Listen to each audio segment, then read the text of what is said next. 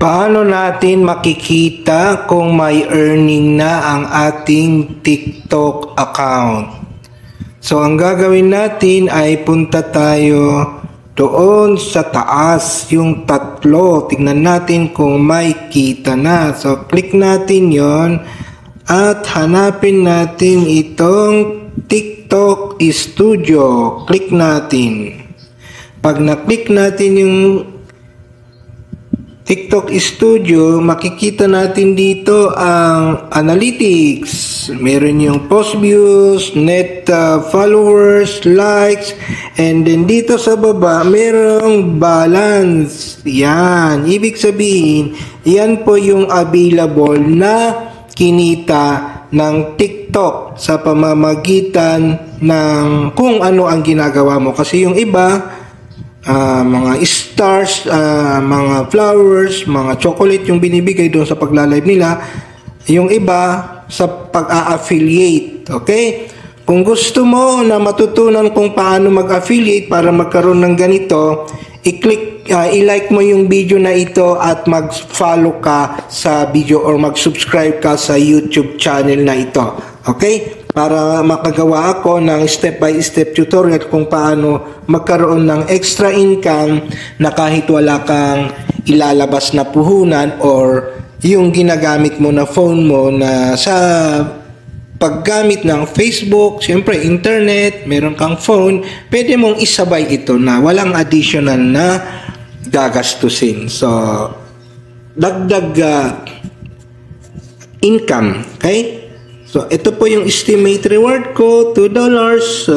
Ayan. So, tignan natin. Ngayon, ang tanong, paano ma-encash? Okay? Paano ma-encash? So, tuturo ko sa inyo, try kong tignan ito kung magkaano sa peso. No? Tignan natin. Gusto mo ba? Gusto mo ba na matutunan yon? Comment mo dyan sa baba. Type yes, gusto ko. Okay? So, click natin. Punta tayo dito sa baba kung gusto natin mag-withdraw ito.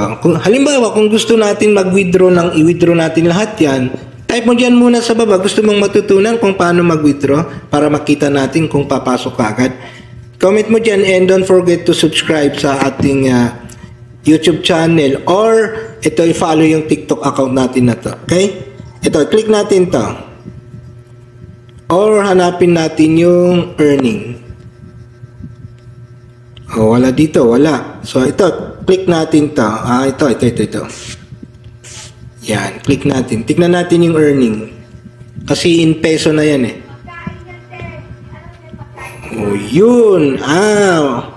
Ito yung record kung may bumibili. Ibig sabihin ngayong araw, wala. Pero, meron ding 7 days ago. Check natin yung 7 days ago. Ayun, yung 7 days ago, meron akong 115 na commission. May bumili na 2,300 na worth of product. Product ng ibang tao, ng ibang tao. So, ito yung commission ko. Hindi na masama yan kasi wala naman, kumbaga, at least dagdag income. Okay, ngayon, puntahan natin yung dito banda. Earning. Ito. Okay? Pag gusto nating mag-withdraw. Click natin. Uy! Yan. Ito na yung total na available na pwedeng i-withdraw. Ngayon, i-comment mo, i-like mo. Dahil ngayon mismo, tuturo ko kung paano mag-withdraw. Ipakita ko lang po sa inyo na ito ay pwede anytime kasi tamang-tama na wala akong load. Meron akong gustong bilhin sa online. I-send ko sa GCash ko. So, click natin yung withdraw. So, para magpatuloy tayo, i-like nyo. Don't forget to like and subscribe. So, withdraw. Click natin yung withdraw balance. Okay. Saan? Withdraw balance. Humina yung internet ko. Ayan. So, yung GCash, meron akong ginawang, madali lang naman, kung first time mo pa, kailangang i-click mo itong add or kung walang naka-register na payout method, kailangan mong i-register dyan. Pero since ito, meron na akong na-register yung GCash, andyan na. Ngayon, dito na lang, susulat na lang yung amount.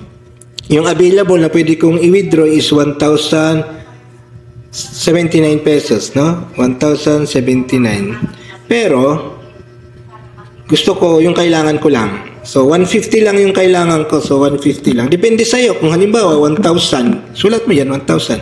Pero since ang gusto ko is 150 lang. Yan. Yan lang yung gusto kong kunin. Tapos, meron siyang service fee. Siyempre, maliit lang naman. 5 pesos. So, okay. Ngayon, okay na yan. Click ko na yung withdraw now.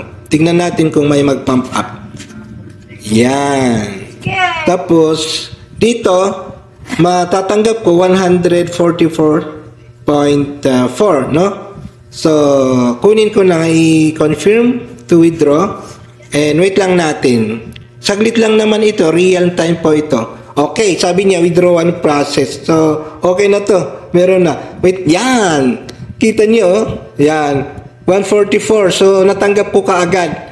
Ha? So, kung gusto niyo gagawa ako ng step-by-step tutorial kung paano gumawa ng maging affiliate, i-comment nyo dyan sa baba, tutorial o kaya yes, I like. Tapos don't forget to subscribe sa ating YouTube channel na ito para updated kayo sa mga susunod kung mailalabas ko yung step-by-step. And then, don't forget to follow dito sa TikTok account natin. Thank you for watching. See you again sa sunod. Alright, diba?